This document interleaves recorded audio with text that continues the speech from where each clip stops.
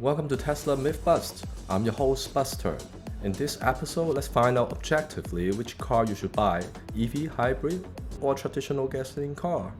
Hello, with all the EVs coming out these days, having all the hype, with Tesla and BYD leading the pack, and Lucid's technology being a very decent second, and Rivian being a little bit slow to market but still a very popular brand.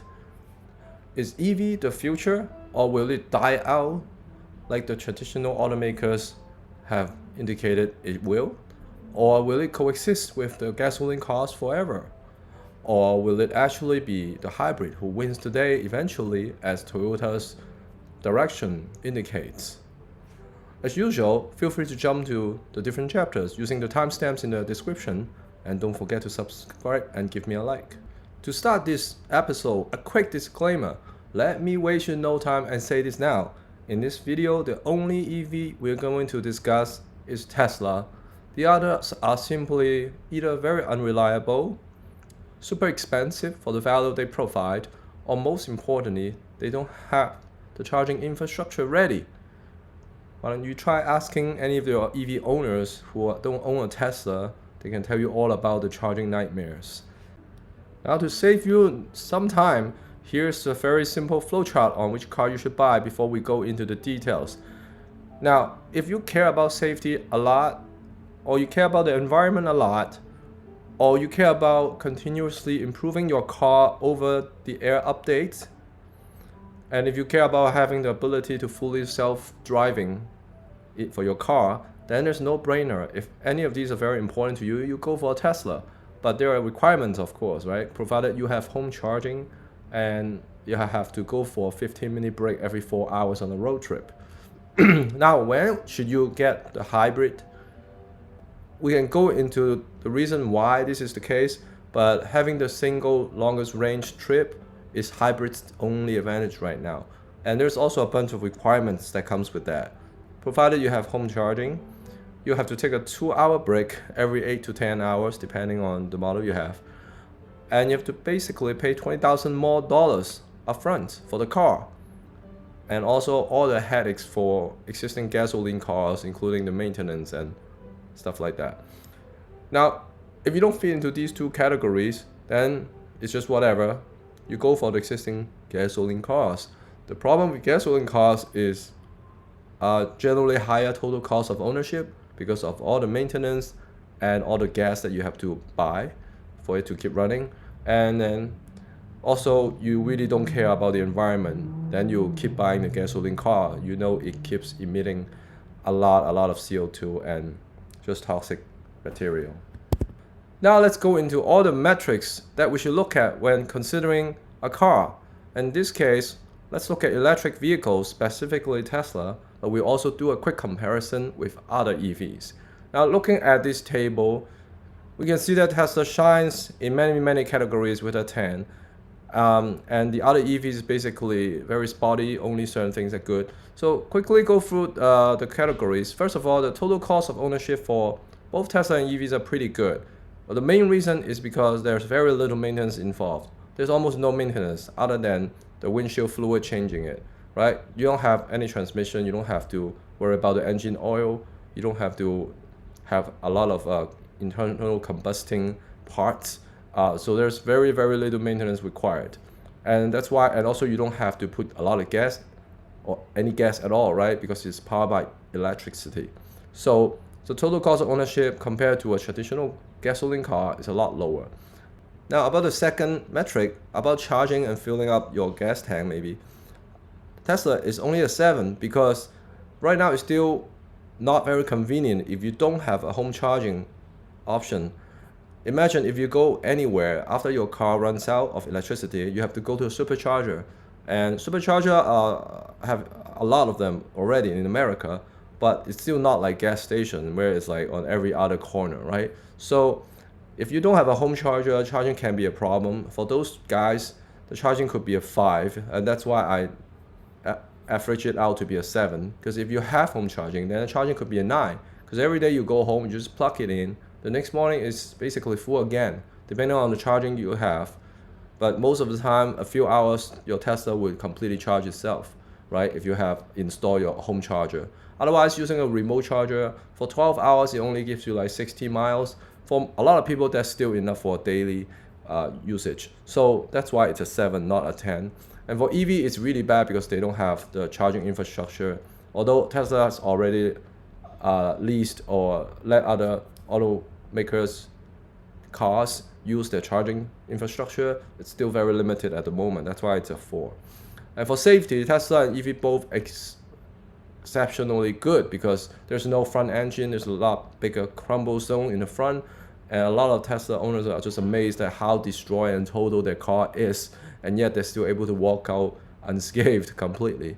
So safety is great, performance is great also. You know all about EVs, you know, they have instant torque, instant acceleration.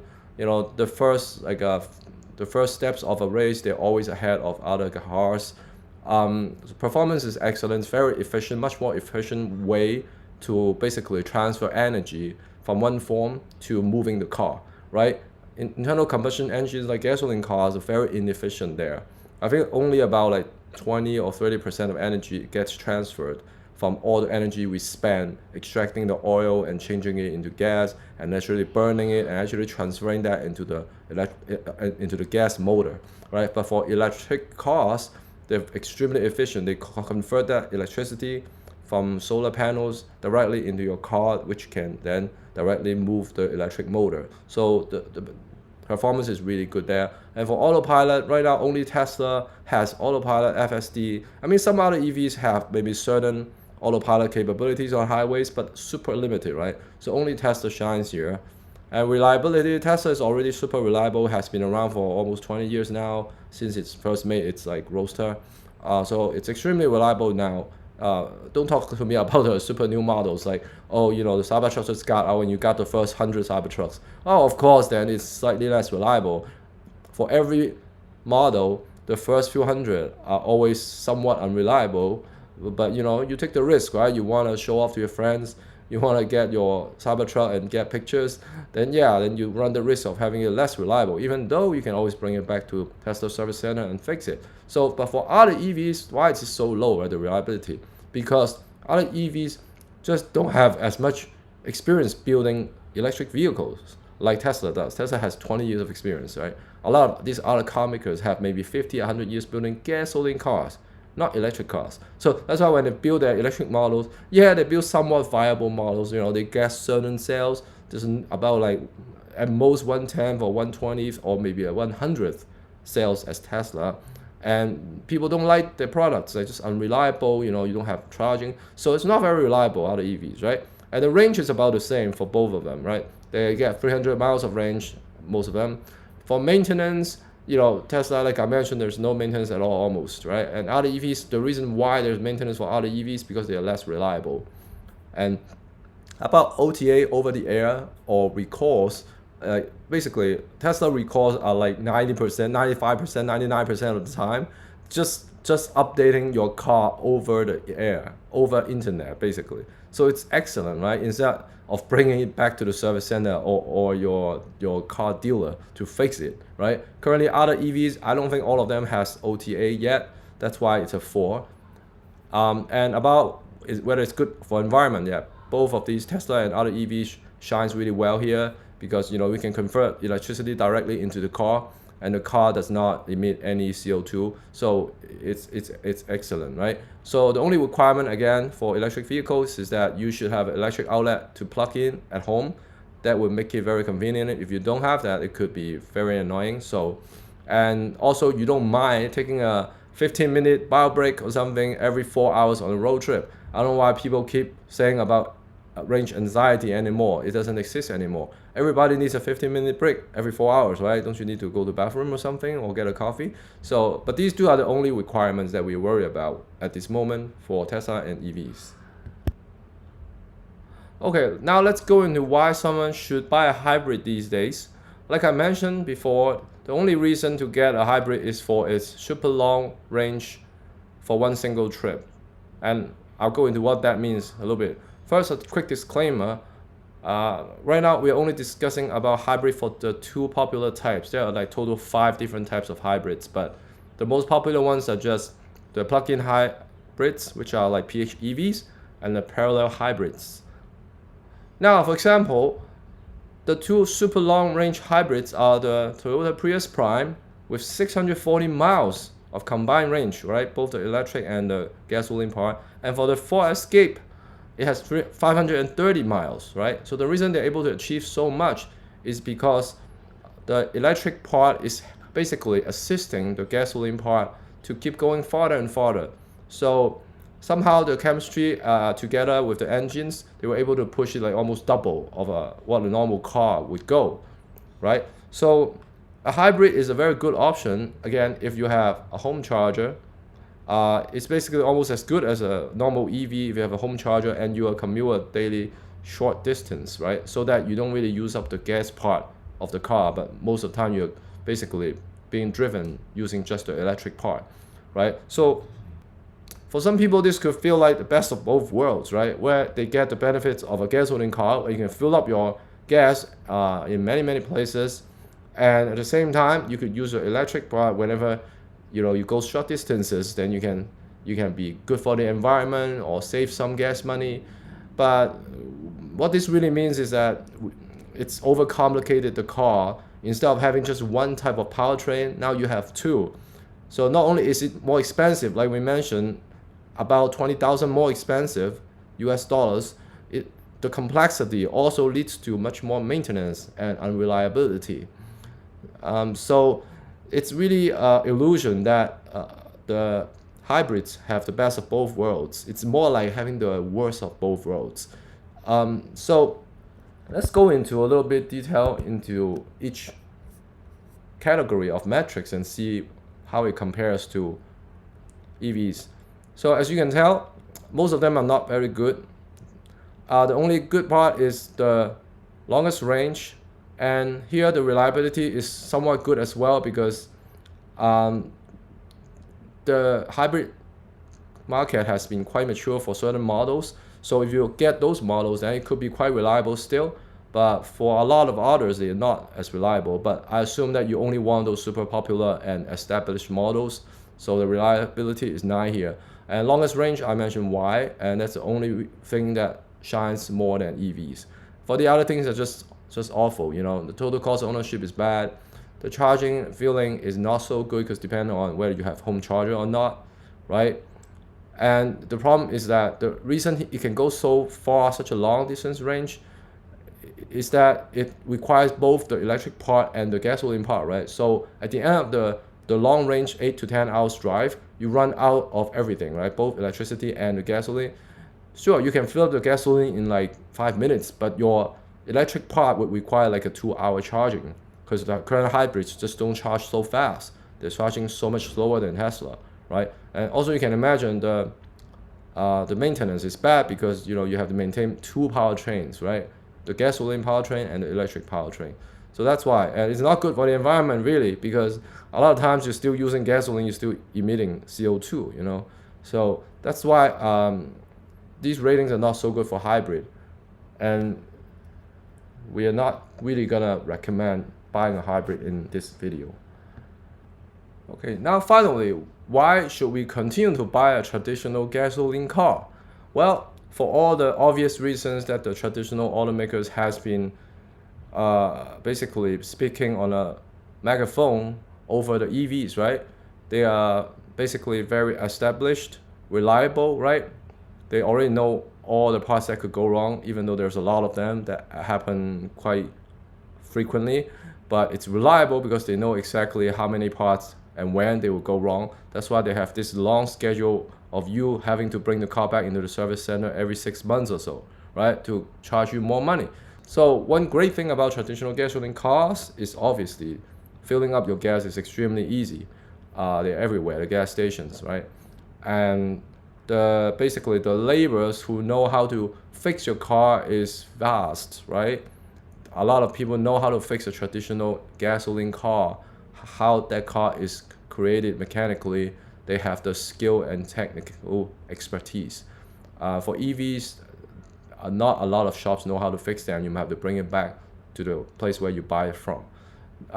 So that's the good sides of a traditional gasoline car. But why should we not buy it, right? Obviously, for all the good reasons we've mentioned why we should buy EV is why we shouldn't buy a gasoline car, right? For the environment, for the over-the-air software update, for full self-driving, for efficiency and all that, right?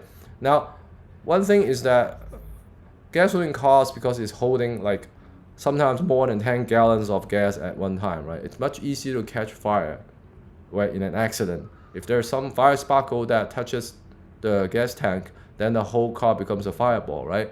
I mean, electricity, it could also catch on fire, but it's much harder to catch on fire, right? Because it doesn't have a bunch of liquid gas, right, lying inside a tank somewhere, you know?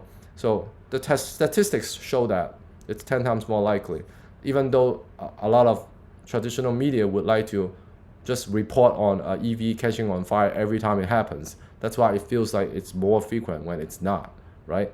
So also, like traditional gas cars don't have this collision buffer in front. Usually the engine is in front, right? Which means like when you're in a collision, there's much less buffer room, and it's a lot easier to have injuries and sometimes fatal ones, right?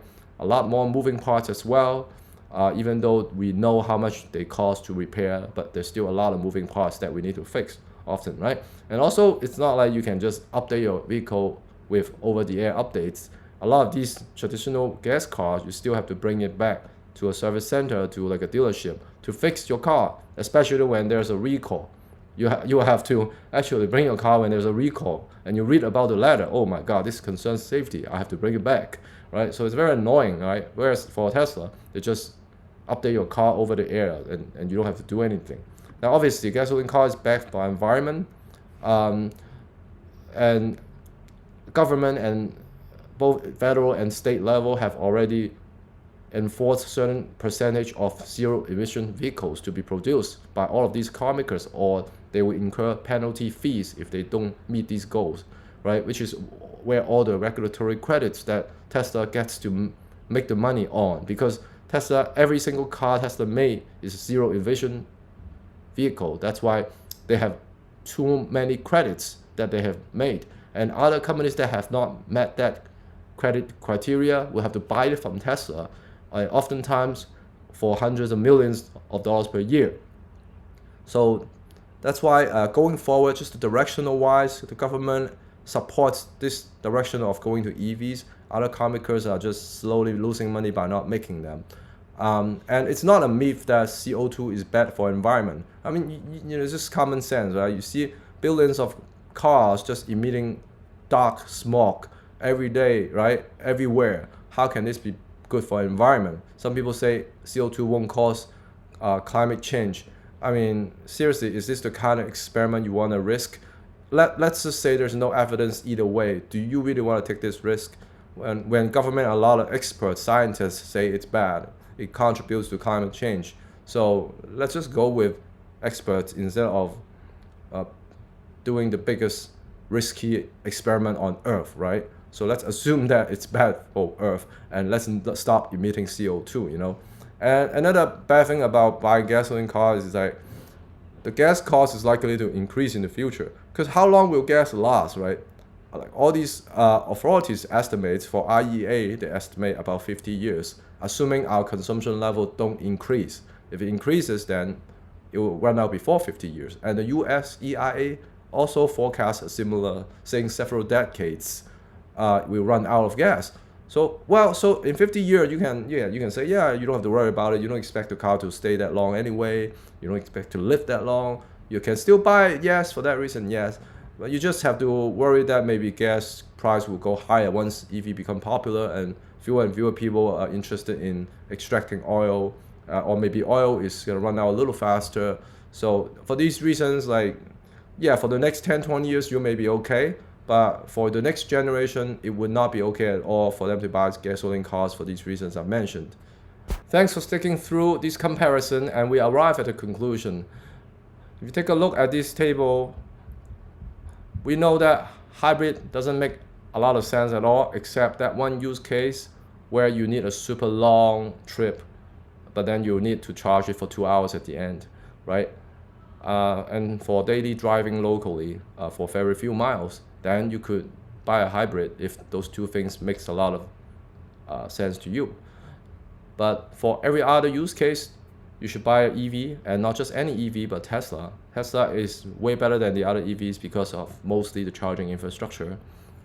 And Tesla is 100% the future, already better than gas car in basically every way, as a lot of people say economically insane to choose to not buy a Tesla but buy a gas car. And in terms of charging, sure, the supercharging stations still, even though there's a lot already, but not quite as many as the gas stations, but it's only gonna get better. Every gas station you see right now, a part of it will become electric chargers. So you just have to wait a couple more years and it will be basically there. And for now, if you can plug it at home, there's no reason not to get a Tesla. Now at the moment, in USA, any other EVs are basically junk other than Tesla. So the only other really good EV is BYD, but they can't really sell in USA because of tariffs, right? America is not going to let Chinese products in the USA so easily. That would affect the livelihood of USA, auto laborers, right? So finally, objectively speaking, you should move to a home with a plug-in electric and get a Tesla. It's that simple.